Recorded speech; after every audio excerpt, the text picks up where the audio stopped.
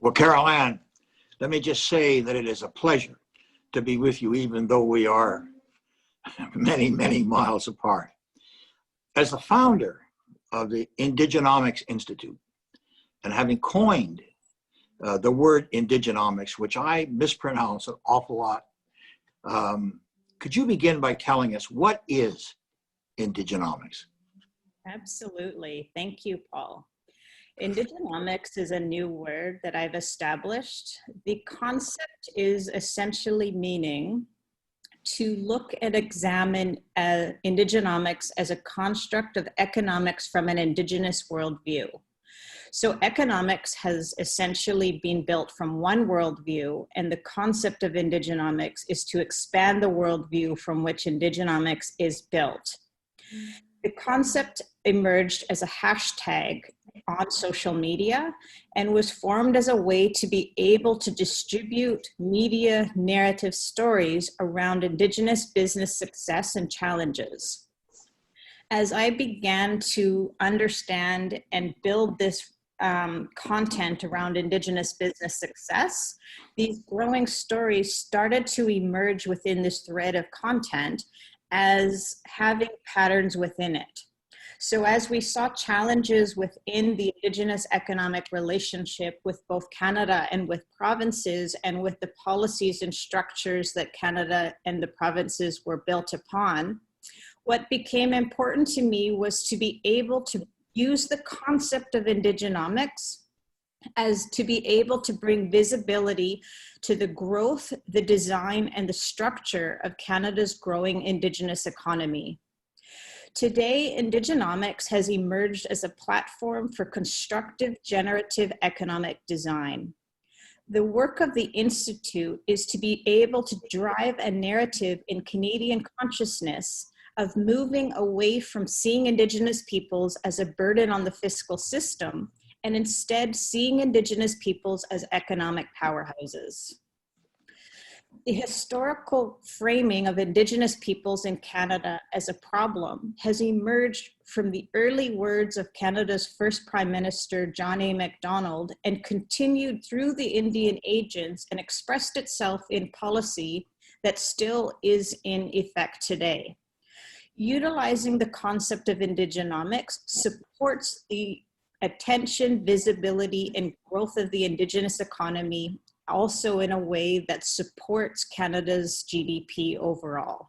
So that is a short version of what Indigenomics is. Thanks, Paul.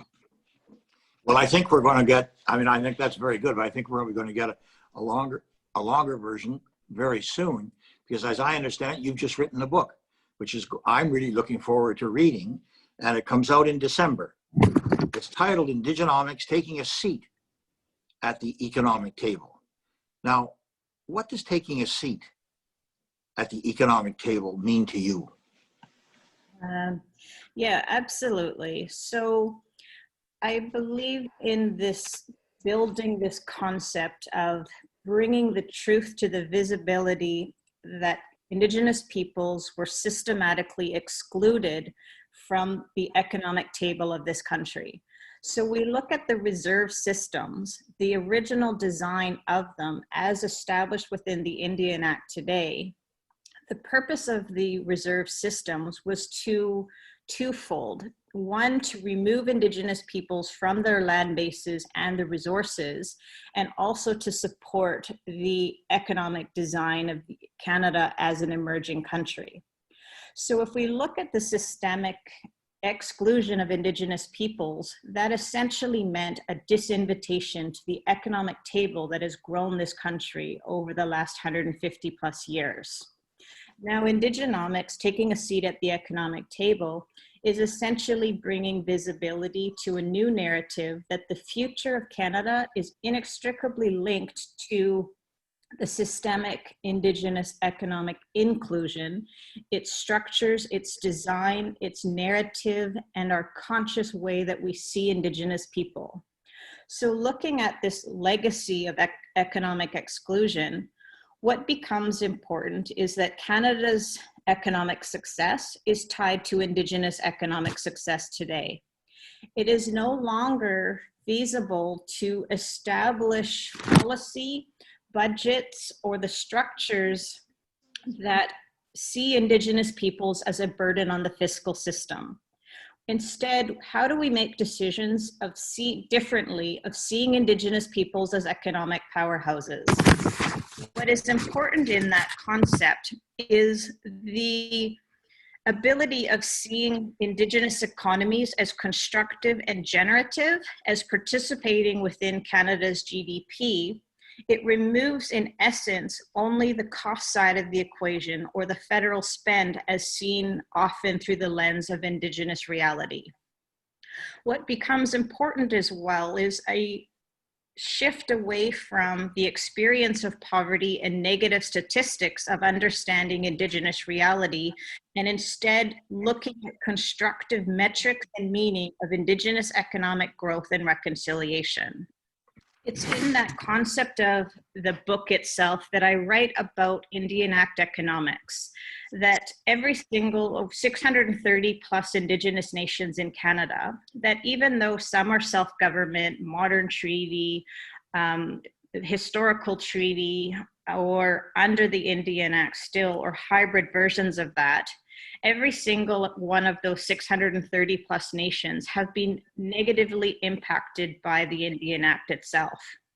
What is important in this book is that what I also reflect on is that every single Canadian is also impacted by the Indian Act over time.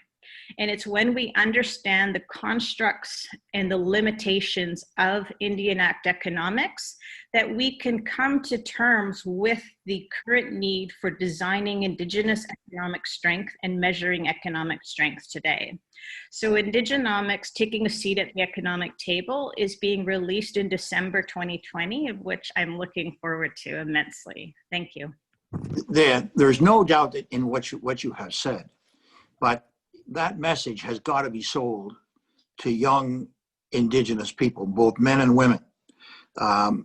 They've got to understand that I'm asking you the question, do you believe what you're saying is the kind of thing that's going to encourage them to come into the business world in far greater numbers than is currently the case?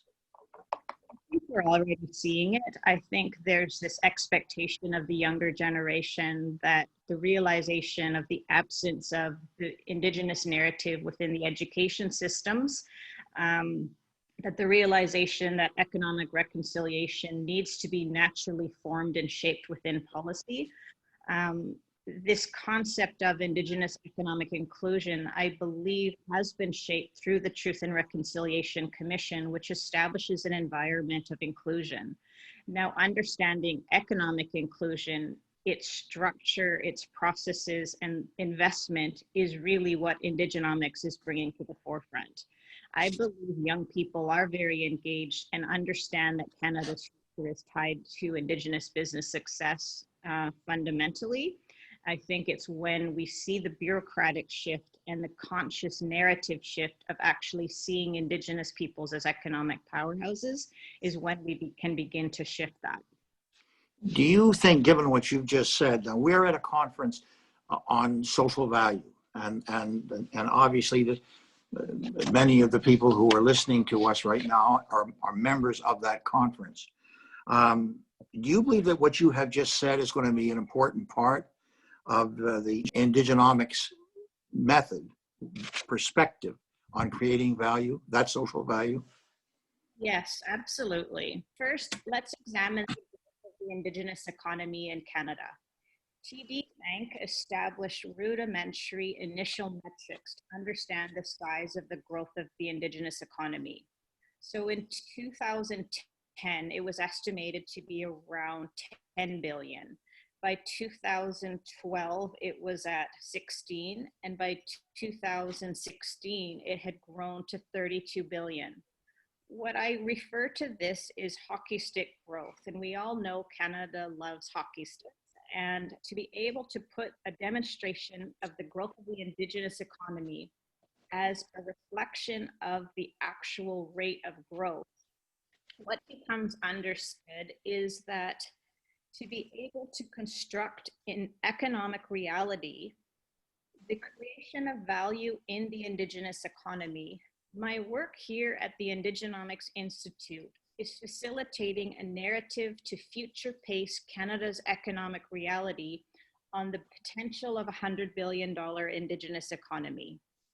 So the difference between the 2016 metric of 32 billion and the potential of a $100 billion Indigenous economy, what we see is that that's $68 billion of potential Indigenous economic activity. How that is supported and grown and its structures enable and leverage capital within the economy are the big questions of Canada that Canada is facing today. I'm often asked how I came up with the $100 billion Indigenous economy. So currently, if Canada's Indigenous population make up just under 5% of the overall population, if we were to correlate that 5% to Canada's GDP, for Indigenous peoples to have a constructive, generative economy, what we see is that that correlation would be a $100 billion Indigenous economy. So instead of seeing Indigenous peoples as a fiscal burden, what essentially emerges now is this narrative of aligning a $100 billion Indigenous economy to Indigenous well-being. So well-being is social value that's creating the constructs of cultural identity, cultural continuity, lands management, and the connection between a $100 billion economy, future pacing Canada's economic reality, and facilitating Indigenous well-being through economy is what Indigenomics is.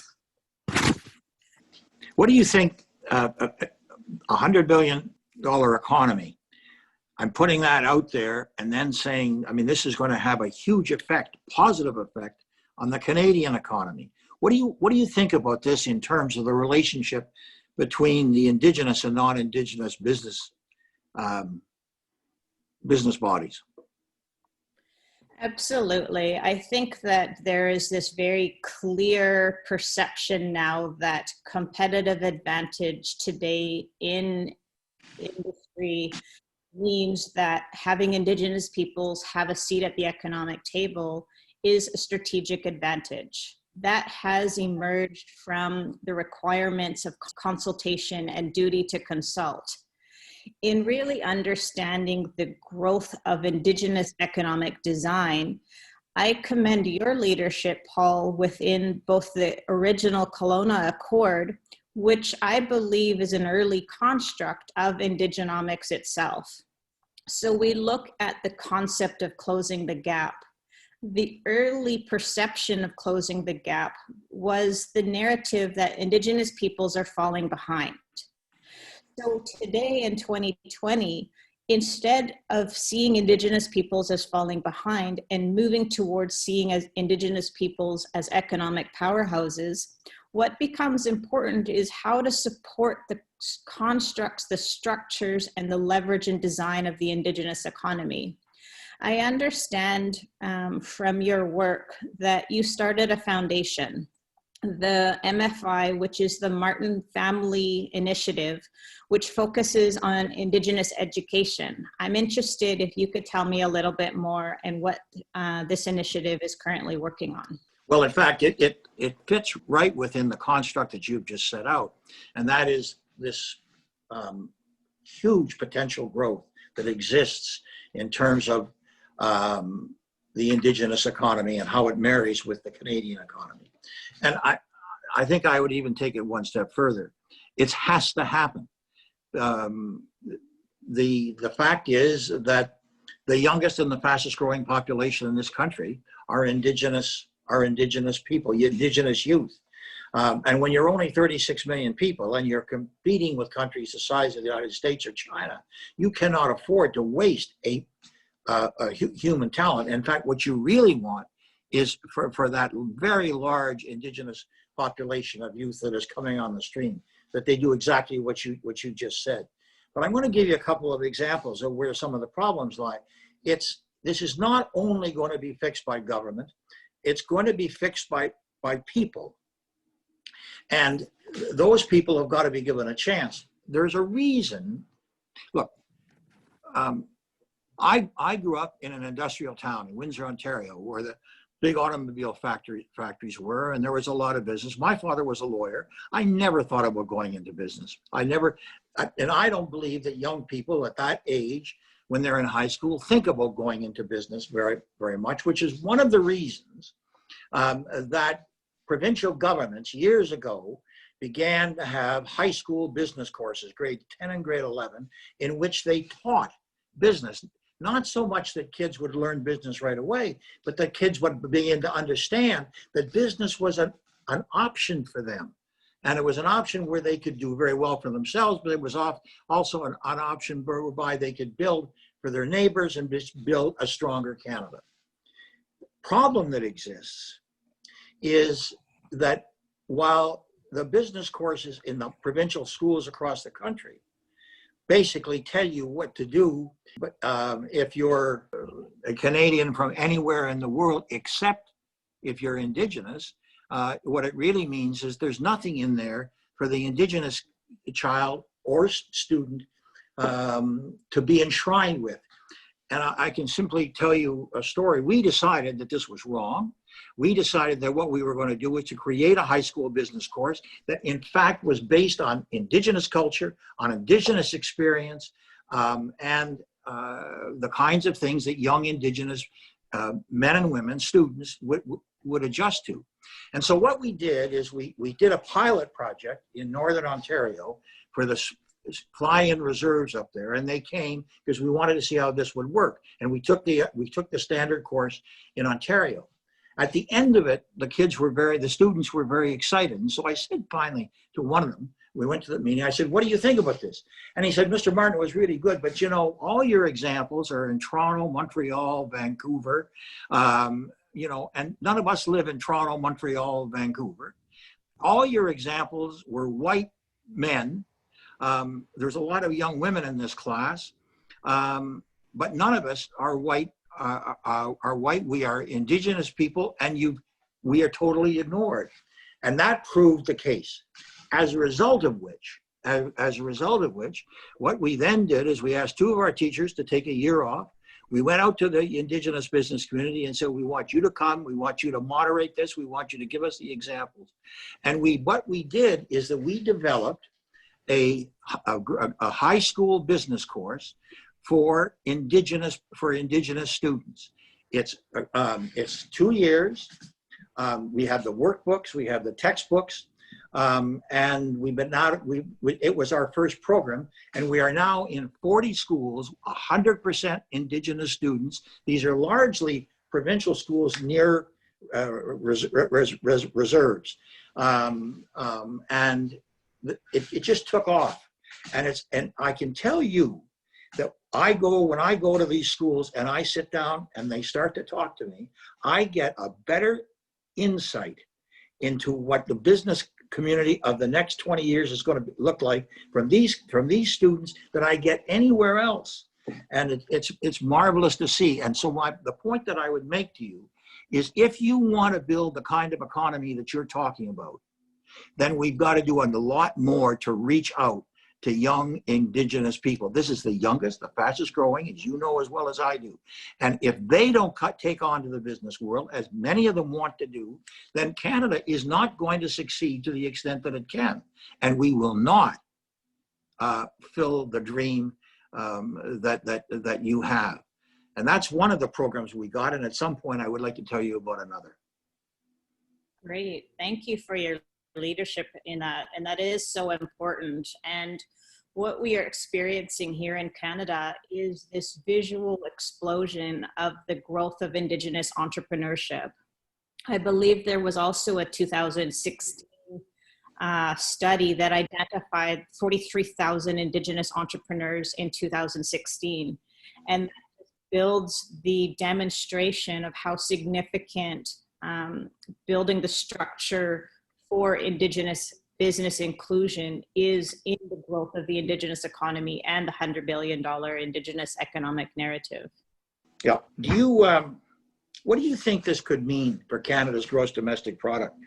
I like that. When I served on the Canadian Economic Growth Council under this past Liberal leadership, advising Minister Morneau at the time, we had a figure presented to us that showed, and this was an earlier number, but it demonstrated a total Indigenous spend annually. And what it identified was 95% of that Indigenous spend was social, health, education, management, and 3% was earmarked at the time for reconciliation activities, which left 2% for economic development.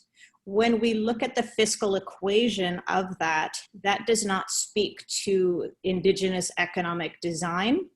That's a classic example of the social cart pulling the social horse pulling the economic cart. And when we start to understand that we need a fiscal equation, economic reconciliation must occur within the fiscal equation of this country, that's when we can also begin to understand that the Indigenous economy cannot exist solely within government programs and services. We need to see actual tangible constructs for the growth and design of the Indigenous economy. So looking at an example, the 2020 most recent Canadian budget that was presented, it gave me heart because I began to see actual real constructs of Indigenous economic design.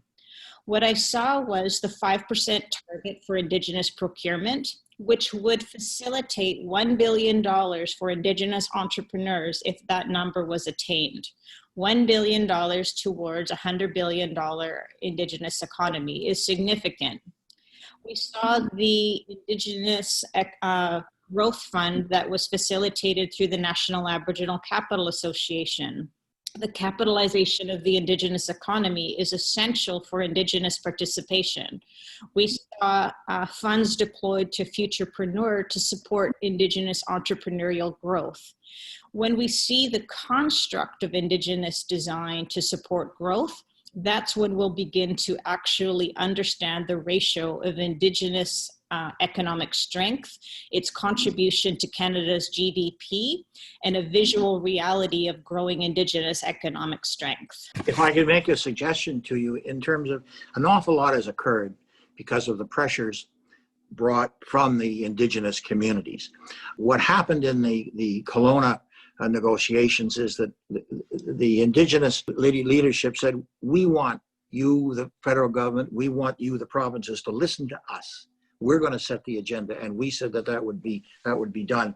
One of the things I must say that I tend to worry a little bit about is that we're facing the digital economy, and if you take a look at where the world is going, the digital economy is going to become really dominant, and it's going to be very important that the education system take this into account.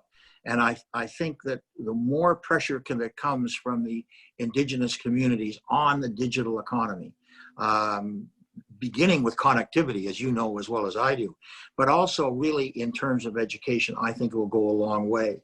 And I must say that in your definition of the Indigenous economy, I think that the more you are able to put really pressure on that, I think will go a long way. I just recently saw a metric that identified that 33% of Indigenous communities in Canada do not have access to Wi-Fi. So realizing that future of work and the digitalization of the economy is a significant number that needs to be looked at. I also really, in building this concept of modern Indigenous economic design, what is important to me is that to relay this concept that here in Canada, Indigenous peoples are the only people in the development and the current situation of this country. Indigenous peoples are the only ones who have had to fight for the right to an economy. So if we look at the United Nations on the Declaration of the Rights of Indigenous People, we see that there's the right to self-determination, and that includes a right to an economy. I come from the Nuu-chah-nulth people, who took Canada to court at the time and said we had been excluded from our economy as well as the regional economy through the construct of the Fisheries Act. When we begin to understand that the legal argument was Indigenous peoples do not have a modern commercial function, the right to exchange fish for money, what we see is that this legal push-pull relationship that Canada is in with Indigenous peoples, there's been an overemphasis on the legal relationship. And what is required today to grow the Indigenous economy is to balance the relationship so that there's a legal relationship, an economic relationship, and a fiscal relationship. So when we understand the construct and the equations of that balance, the weighted concept of Indigenomics becomes neutral to be able to build and design economy and inclusion from. You are incredibly articulate, and I think that you're very much on the mark. The Indigenous leadership in the country has done a very good job and is leading this forward. That leadership is going to have to be supported. And you're a lot younger than they are right now, and that by people like you, and the kinds of speeches, the kind of speech that you're making. The question I would really put to you, because within that context, is: do you believe that Indigenous economic growth is really connected to economic reconciliation?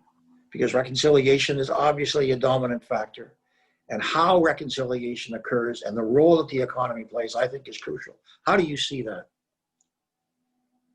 Absolutely. I draw on this, you may have heard of the Pareto principle, also known as the 80-20 rule. So this rule states that 80% of effects or consequences comes from 20% of causes. My work at the Institute in deconstructing this concept of Indian Act economics, it's time to start dealing with the causes of Indigenous economic marginalization, economic displacement, and the concepts of economic regression. So, being able to understand Indigenous economic growth, some of the work of the Indigenomics Institute is facilitating concepts such as an Indigenomics Economic Freedom Index. We're beginning to support the design of actual metrics with meaning beyond socioeconomic growth, and supporting the evolution of metrics that understand and remove the ratio of dependency. So if we can use in the metrics of Indigenous economic strength and own source revenue as a means to demonstrate the reduction of dependency upon the state, that is also an interception in this concept of seeing Indigenous peoples as a fiscal burden.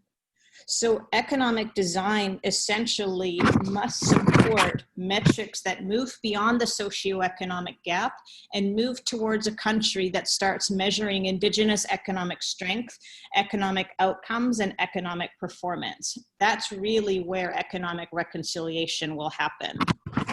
You're working very hard on the development of a global center for Indigenomics. Could you tell us a little bit about that and how you see that playing a role in everything that you've been saying? Yeah, for sure. So yeah, here in Canada, my work has been driving the national $100 billion economic agenda, as well as establishing the Indigenomics Economic Freedom Index. Internationally, I think that the role of Indigenomics, what I see currently is developing a global center for Indigenomics that will house a virtual marketplace. So the concept of marketplace is expanded beyond how you would understand it. So from Indigenous worldview, it would shape a new narrative that returns humanity to the market. So we are the marketplace. So to build indigenous global networks based on this concept I call the Indigenomics economic mix, which is 12 levers to support the growth and design of indigenous economy. So some of those levers include trade, procurement, entrepreneurship, capitalization, equity. But when we look at those as tools to support indigenous economic design, bringing that to a global networked indigenous marketplace is essentially what the Global Center of Indigenomics will facilitate.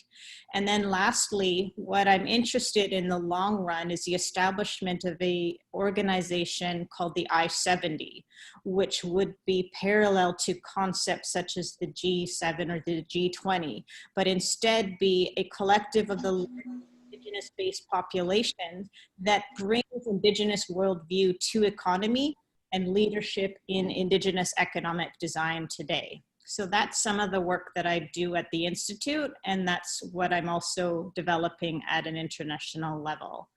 And really just in closing, it's my real message I want to be able to demonstrate is that it's time to stop measuring the socioeconomic gap and start measuring indigenous economic strength. When we are able to shift towards that construct, this is Indigenomics. It really is time to grow our indigenous economy. And I end with both a question and an invitation of who wants to play Indigenomics. Thank you, and let's have the courage to do this together. Thank you. Well, I'm not going to let you close yet. I'm really going to ask, I've got two favors to ask you. Yes. One of them is you just talked about the G20, and you talked about whether there shouldn't be a G20 among the indigenous peoples. I had a little bit to do with the starting of the G20, and I'm working quite a bit now with the G20, given the absolute necessity of facing up both to COVID-19 and climate change. There is no doubt that in terms of climate change, the role of the indigenous people can be huge. The whole question of the Guardians in Canada, which I'm sure you're aware of, is essentially a demonstration that biodiversity is really an essential part of the indigenous culture. And I think your concept of a G20 of countries with large indigenous populations, I think has enormous amount to be said for it. And I will tell you that it's, Phil Fontaine, who used to be and who is a friend of mine 25 years ago, and I met in Argentina on much that same idea, but we could not get the indigenous people under those circumstances in that part of Latin America to come to it. I think that if you were to build upon your idea of a G20 of the indigenous people, as you expressed it earlier, I think, first of all, there'd be a lot of people who would help. There are a lot of people who would find an interest in it. And I think it's the kind of thing that Canada should lead on. And I'd like to leave that with you. That's my favorite number one. Good. You want to reply? Because then I'll get to number two.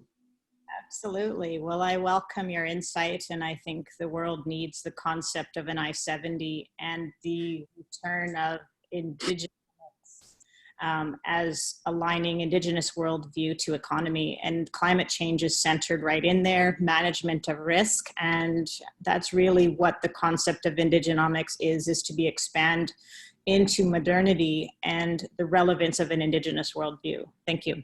The one thing that people really do not realize that within the indigenous culture, and it's obviously the indigenous culture in North America, but it is around the world, there is an understanding of water, there is an understanding of land, there is an understanding of nature, which is part of the culture.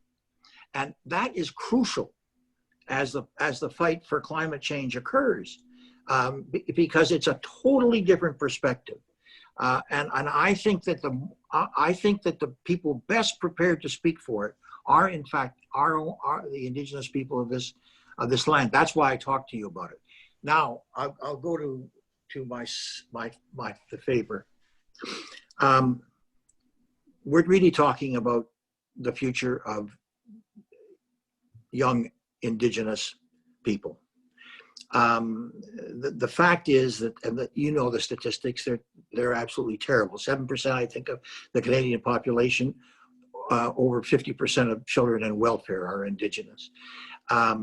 We have a program that I think that really is working very, very well. We introduced it about a year and a half ago in a community, or Ermiskin, which is just south of Edmonton. And what it really is given the problems that any young mother will have, that it is creating home visitors from the community, mothers who have been successful in the community, basically working with young mothers to make sure that, in fact, the next generation, I mean, Cindy Blackstock once said that the real problem that many Indigenous people have as adults is making up or compensating for a tough childhood. And I think that that is the kind of thing that we can all do together. It's the kind of thing that is obviously, first of all, it's morally right. Second of all, essentially, and that this program is doing really well, and I won't take the time to talk about it now, but I'd love to talk to you about it at some point. It is a program that essentially says that every single person counts, and that begins with the day of their birth, and that the most important 5 years of your life are 0 to 5. That's when your brain is formed, and that we cannot afford to continue as we have. I think that if that could fit within your Indigenous philosophy, as it does, because you've alluded to it a number of times, I think that you're going to make a huge difference in the country as it is, but I think you'd make an even greater one. Yeah, for sure. I really like this concept of intergenerational wealth transfer. How do we focus on a mentality of abundance and removing the constructs of the experience of poverty and negative statistics? So actually building the understanding of how wealth in relationship to lands, territory, resources, water, all of those aspects as a source of well-being. I think when we look at programs as such as what you're speaking to, that becomes important, of building the continuity of cultural identity, and that's really where that wealth transfer to occur. Thank you. Thank you. Do you have anything else you'd like to add? I don't. The time went very fast. Thank you. Well, look, I want to thank you for the conversation. I want to thank all of those on the social values for giving us this chance. It's really been good. I can't think of a better way to pass this afternoon than talking to you. I'm very interested in connecting with your work in establishing the G20. I have a lot of questions about that. So at another time, I would love to reconnect with you. You name it. And whenever you're ready. Good. Well, I look forward to staying connected with you, and I will send you notes here and there and let you know where the big wins are. Okay. I look forward to getting them. Good. Take care and thank you.